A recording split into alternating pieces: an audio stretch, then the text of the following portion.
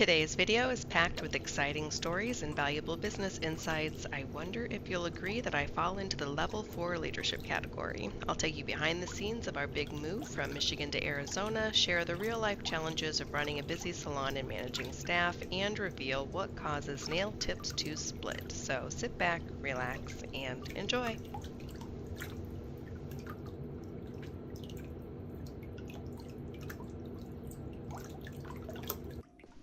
Welcome back. I hope you're all doing well. I'm excited to be posting my Arizona clients in the spa. I love my new space and I hope you'll love the new camera angles I have for filming.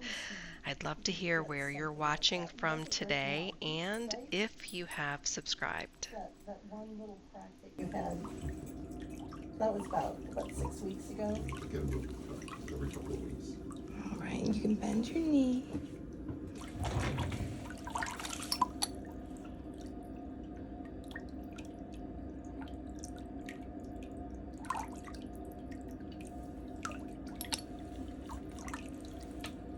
So you don't wear polish on your nails then? Not really. I have occasionally, but not on a regular basis. Okay.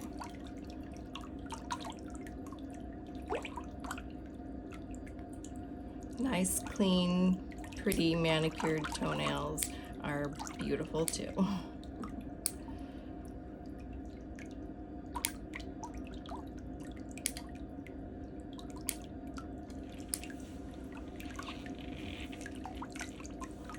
And you work from home? What do you do? I'm a supervisor for a quality assurance team. Okay. My team is all in the Philippines. Oh, wow. I just had a client from the Philippines last week. She was here on vacation and coordinated her pedicure. I used to have an employee in the Philippines too.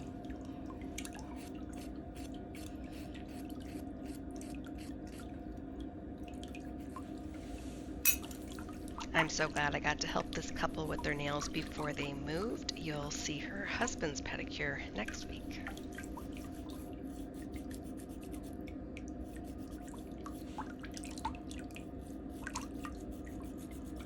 You guys have children?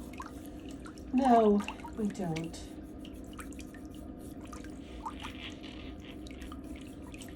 But we're really close to my brother's family. That's one of the reasons we're moving and the reason we're going where we're going. Oh, where are you moving to? I forgot that you told me you were moving. Kansas. Oh, wow. Yeah, central Kansas. Have you already bought a house? We're not sure. We've been working with a guy with a private sale, and just this morning we found what his asking price is for sure, but they're still not decided if they're going to sell, so it's all up in the air. So we're kind of on pins and needles at this point. Well, you could always rent something first while you find something that you like. Yeah, the town we're going to has very limited inventory. Oh. And so if this doesn't come through, we're not sure when we're gonna move. If it does come through, we'll probably move in about 4 weeks. Have you listed your house? We've got a cash offer on it. Nice. So. Yeah, houses are getting snapped up pretty quick here.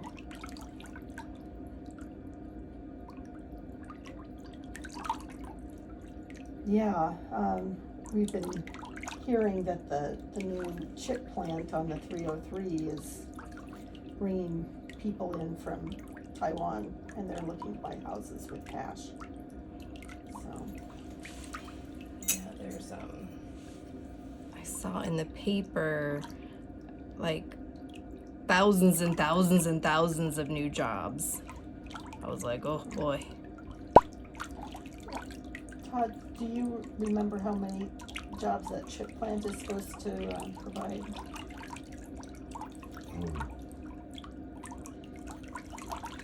Sure could find it online. Yeah, it was a lot.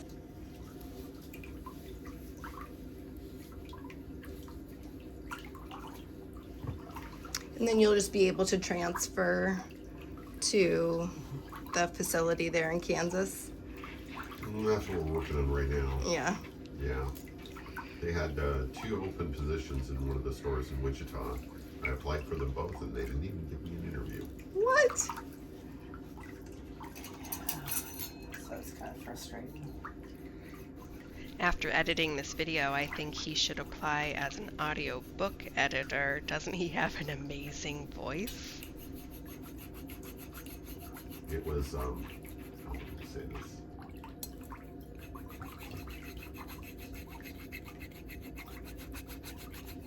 Like everybody's hiring. Well, Home Depot did a study 2 years ago, or should I say, implemented a program 2 years ago that was based on a study that they did. And what they found was, they said, hey, what's the average age of our associate? And it was like 36 or 38, something like that. And they're going, well, that's very interesting. And then they broke down the numbers and they found out that it was that way because there were 2 extremes. Right. We had a huge peak of millennials that were just entering the workforce. And we had a huge peak of baby boomers that were ending their careers, and very little in between. Right. And so they said, well, based on this information,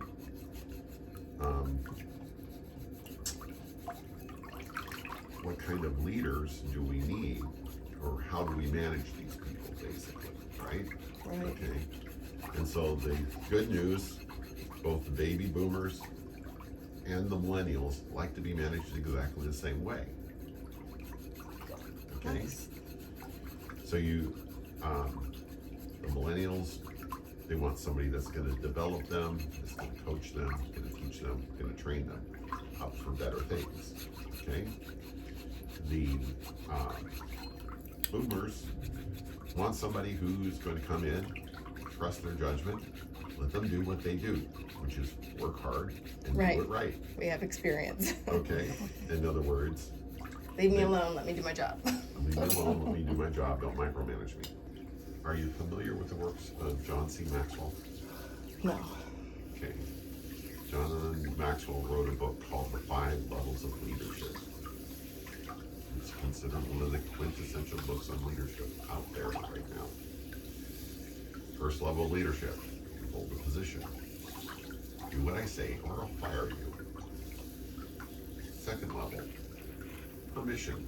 This is, you're organized, you're a good team player, you make sure that the work is distributed evenly so people want to work for you. Right. Okay. Third level of leadership, production.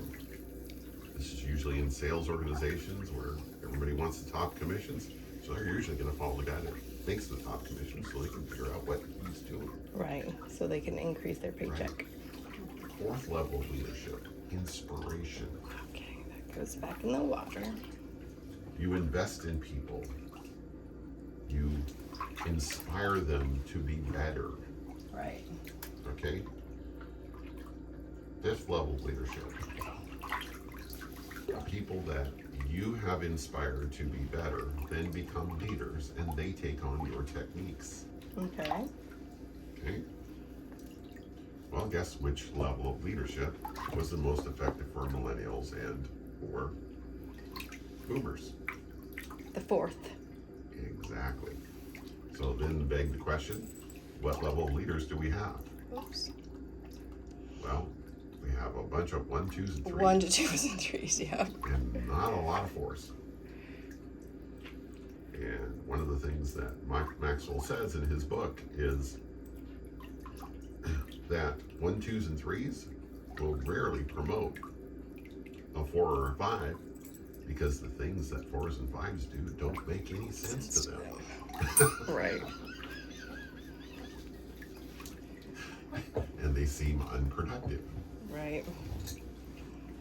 He sees what needs to be done. And does it. Yes.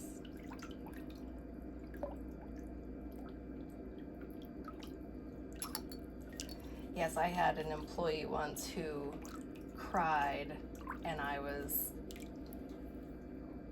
think mostly in shock because She was crying. that she was crying. I was with a client.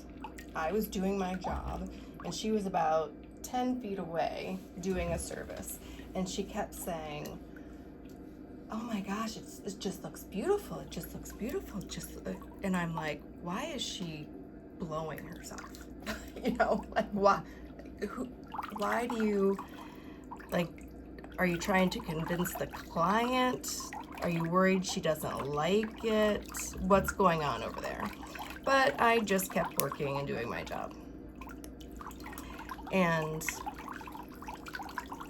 then somebody, after the client left, they're like, "Oh, well, she's crying." And I'm like, why? Why is she crying? Did the client not like it, like I suspected? And I went to the back and I said, what's the issue? And she was like, "You didn't say that it looked good." I'm like, what? I'm like, maybe you hadn't noticed, but I was in the process of performing a service, and it's not my job to tell you, to hold your hand and tell you what a good job you did. The only single person that you need to be impressing is your client in your chair. I'm like, stop crying. Go back to work. Oh, That is actually called emotional maturity. Yeah. I worked as a trainer for several years, and I learned very quickly that being a trainer is a very lonely job because you're in charge of 25 people. They're not your buddies. Right. They're not your colleagues, and your colleagues are elsewhere. And so I had to be my own cheering squad and my own motivator and all that, or else Right. I wouldn't make it very far. Before anyone thinks I was being harsh, remember action equals reaction. If she didn't want a defensive reaction, she shouldn't have blamed me for making her upset in the middle of a workday.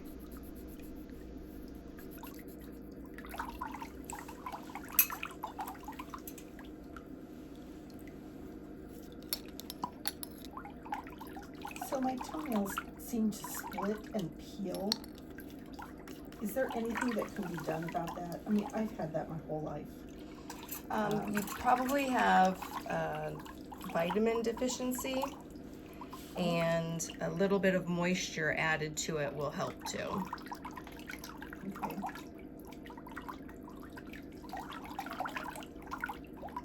Do you have thyroid issues? Nope. I've been tested many times and it always comes back out okay.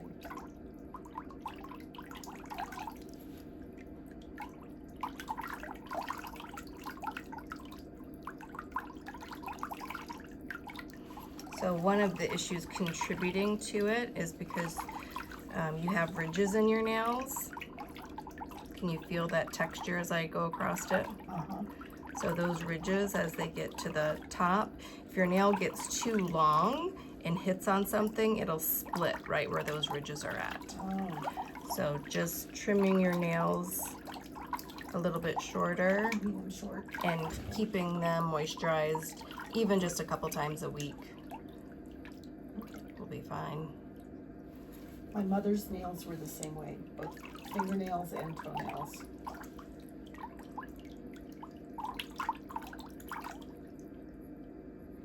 Yeah, ridges can be hereditary.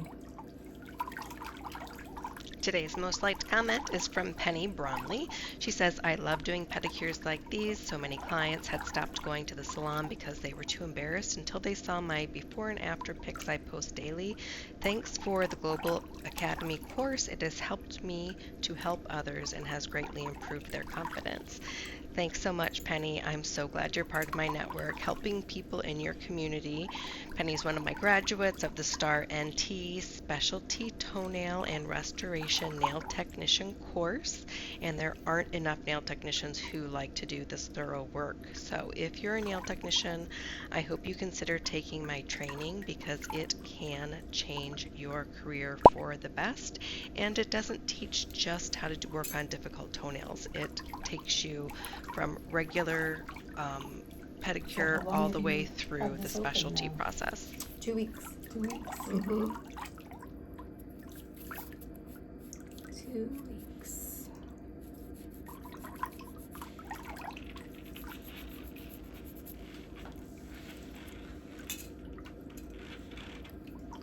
How was the move?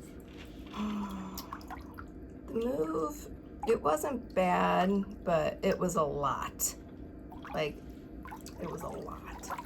One of those, we never want to do this again. Yeah, I mean, I drove back and forth across the country 7 times. Oh, 7. that's a long ways. Yeah. But we had,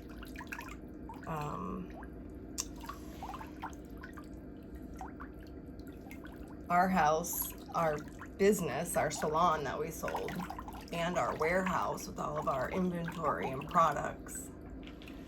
So I had someone come and give me an estimate for the move, and they told me it was going to take 2 26-foot trucks, and they were going to charge me $40,000.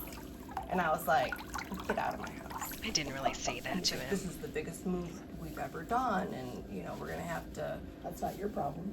And I'm like, yeah, I don't think you're experienced.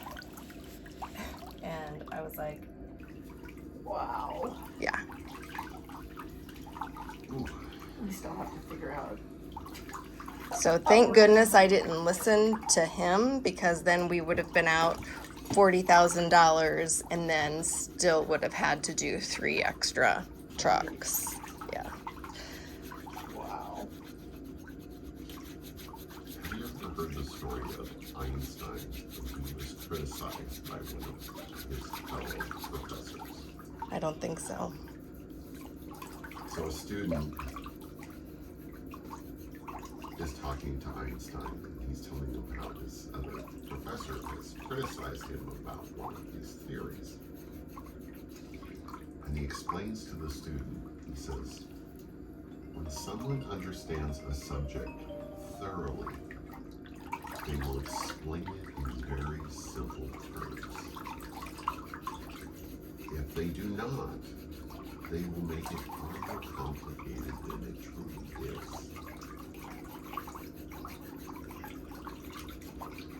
Now, when I explain to my customers about a good contractor and a bad contractor, I tell them, if they come in and say, oh yeah, this is very simple, straightforward, it's this, this, and this, Right. and they give you a bid, he says, that's the guy you want to go with. Right. If they come in and they say, whoa, this is a really big job and this is really complicated, Yes. you tell them, get out of my house. And I thought he brought this little like iPad with a computer program, it seemed, on it, and he kept entering like one couch, one this, one that. I'm like, if you can't look and say there's this many pieces of furniture and this many that. I had a 3,300 square foot house with a finished basement. So I said, how many boxes do you, he's like, well, how many boxes do you have? I said, I don't know, how many boxes do you think it's gonna take? He's like, oh, probably 20. I'm like, this in my kitchen cabinets is gonna take more than 20 boxes. Right. Like, I don't know where you're putting these boxes. And so I just let him walk around my house, and then I was like, okay, thanks so much. Yep, you have a great day. And then I texted him and said, yeah, thanks, we found alternative. Yeah. Well, didn't you know that 40 grand was for a truck that had a pocket universe in it that was bigger on the inside than it was on the outside? He was probably gonna buy a truck. 40,000. Yeah, that's what I thought. I thought, you know what? He's not even in business. He's probably wanting cash to go buy a truck. I'm like, no. It reminds me of my brother was going to paint the entire inside of our house for us. so before we listed the house, but that was before we got the cash offer. But I was prepared for him to want to measure all the walls and all that. He goes, no, I can just pretty much look at it and determine how much it's going to be needed. Yeah. So we looked at the rooms and He's like, I need a 5-gallon bucket. yeah, he says, I think 12 gallons will do the whole inside. Okay. Nice. Because he had been a house painter before he went to grad school.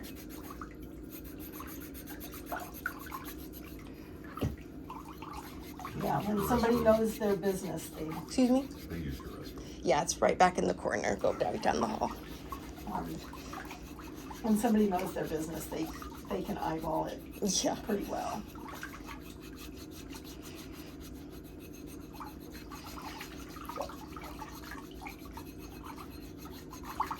Now, I've heard you talk before about the cheese grater type of, Foot file, yeah. yeah, and the last, well, every salon I've ever been to in my area has used that kind of thing. It's like, don't come at me with a microplane. No. Yeah, so those locations need to, like, to report a location to state board, and it's not, you know, because you want to harm their business. It's because they need to learn and be told by state board. State board isn't going to shut them down. They're going to go in, they're going to educate them on which rules they aren't adhering to and give them an opportunity to correct.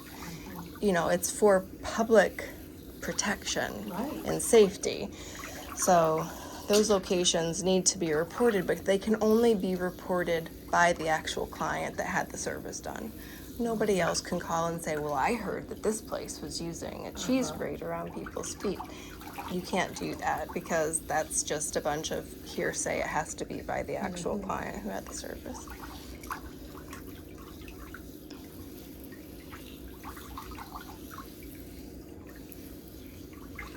Okay, that book can go back in the water.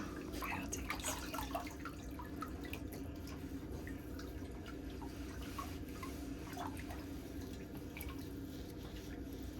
And one of the trucks we actually ended up getting reimbursed for because they put us in a truck and one of the lights was on and I was following. So we were in two trucks. My brother was driving the one that broke down and I was behind him. And he said, hey, there's this light on. And they're like, oh, it's fine. Don't worry about it. Don't worry about it. About 3 hours down the road, it went out and we had to get picked up and taken to the Penske place. And anyway, that was a big to-do. And I guess they're supposed to run some service on them every so many miles. And it was like 15 times the safety limit. They hadn't done it. Whoa. Yeah. So we had to get a hotel, stay overnight. They had to, and we broke down at like 3 o'clock in the afternoon. And we're like, just get us another truck and we'll just switch our stuff and put it on another truck so we can leave. Mm-hmm. And they waited until midnight. And then they hired some company to come. But when they got there, they were, let's say, substance impaired. Oh, And they loaded our stuff in the dark. And then when we got finally to Arizona, lots of our stuff was all damaged from them, you know, throwing it in and trying to rearrange yeah. stuff. So they ended up reimbursing us for the truck.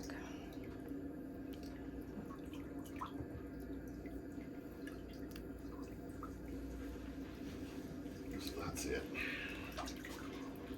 Oh, okay. Okay. Awesome. Thank you so much.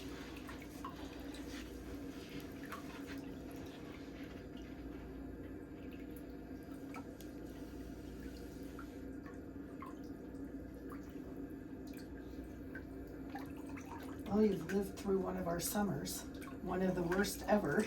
Yeah, that's what everybody said. And July would never end. yeah, I thought it was totally fine.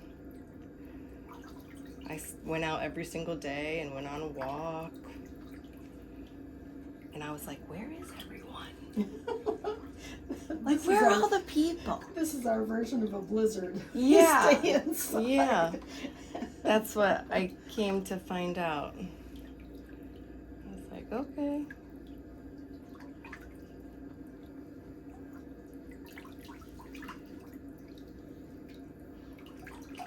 In Michigan, you could never go outside and go on walks or anything because it was either raining or snowing or just gray and yucky. And you get addicted to the sunshine here. yeah. When we moved here, I was like, I'm gonna try to exercise every single day and get back in shape.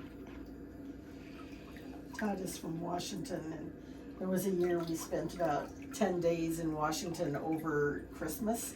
And of course, that's when the days are really short. And then it's always rainy there. Yeah. So I think we saw the sun once during that entire time. I was so depressed. Yeah. It's like, I need to get home and see my son. Yes.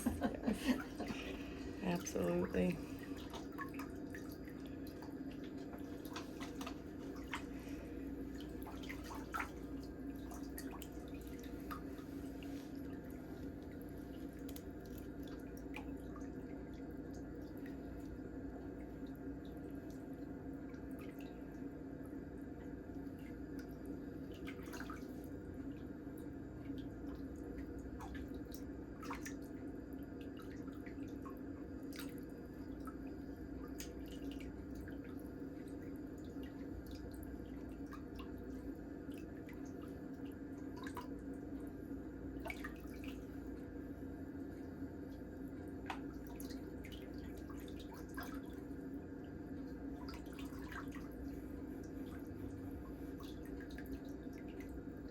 What does that do?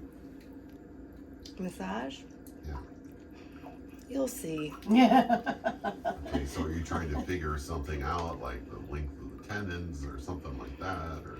No, I'm massaging the tendons. There's nerves that run down the side of your leg, go around your ankle, and come out here. A lot of people will get plantar fasciitis, and that's the area where, like, they'll feel heel pain, but really it's because the tissue and fascia around the nerves are so compressed and inflamed. So just massaging all of them feels really, really, really good. I had a client in Michigan, and she was suffering from plantar fasciitis, and in one massage I fixed it. She never had pain again. Really? Yeah. Yeah. Well, he's on his feet on concrete Oh yeah. all day, every day. Oh, this is gonna feel really good for Yeah. you. So, yeah, ultimately it's like, That'll take that one. I literally work in a warehouse. It's a warehouse store, Yeah. you know? And we have to have floors like that because, you can't Easier to drive, clean. you can't drive equipment Right. on anything else. Yep. Break it.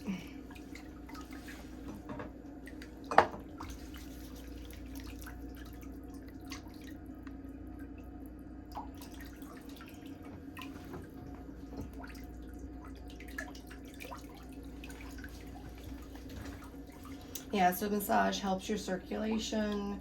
It helps break down any adhesions in your fascia and your muscles. It relaxes you.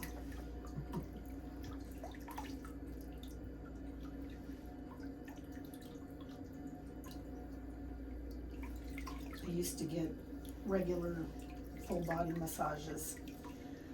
When I had a very stressful job, I was a stockbroker for 10 years. Oh, wow. And someone came up behind me one day and said, "Did you know that you're holding your head crooked?" And I realized, yeah, I was sitting there like this all the time. staring at my computer like this. Yeah. And so I said something to my massage therapist about it, and so then she started pressing on some of these tendons here. Couple of times of that, and it was all cleared up. Yeah. Yeah. Just my tendon had tightened. So I'm curious, why the move? That's a long distance. It is. So I think looking back, I probably had like a mini meltdown. I wouldn't call it a nervous breakdown, but my husband's father has dementia, and his wife left him in the house by himself.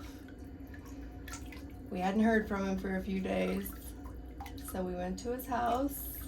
He was eating a hot dog bun and drinking a Diet Pepsi. There was dog urine and feces in the house. He was talking crazy, saying that there was somebody in the house walking around with a flashlight. And we were like, oh my gosh, all the pictures and stuff were off the walls. We were like, where is she? And he's like, she left. She said she wasn't mad, she was just moving to Florida. And I was like, what? I'm like, well, it's clear he can't stay by himself. So we took him to our house, and I took care of him for 10 months. And I was like, life is too short to stay in Michigan. Like, I had already grown my business. We were already very set. And I was like, I can live and work anywhere. I don't even need to work, but I want to. Like, I'm too young to sit around and be bored. And so we moved in December, got settled, and then we went back and we put him in a facility when we started the move, because I had to sell his house, I had to sell my house, I had to sell my business. Yeah, It's a lot of work. it's a lot of work. And so then we got settled here, and then in February I flew home and got him and came back. But he's in a facility here now, because Right. I can't have him in my house. And they have plenty of that kind of facility here. Yeah, So why Arizona? sunny, just sunshine. We started about 6 years ago. We would take little trips every couple of months, just looking for, like, when we do retire someday, where would we like to move? And then that day just came super fast when we started taking care of his dad. I was like, no, we need to do it now, because tomorrow is not guaranteed. And we need to enjoy our lives and have sunshine and be healthier, take better care of ourselves.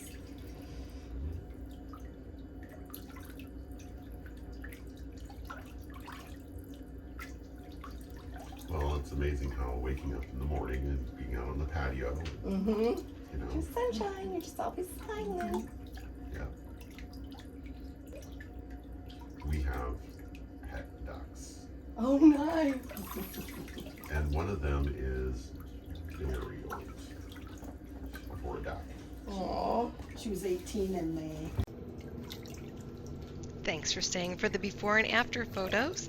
Did you like hearing the stories in today's video? Let me know in the comments, and your comment just might be featured as the most liked comment soon. Take care, everyone, and I'll see you next week. You still have about 8 photos coming up. Have a great day.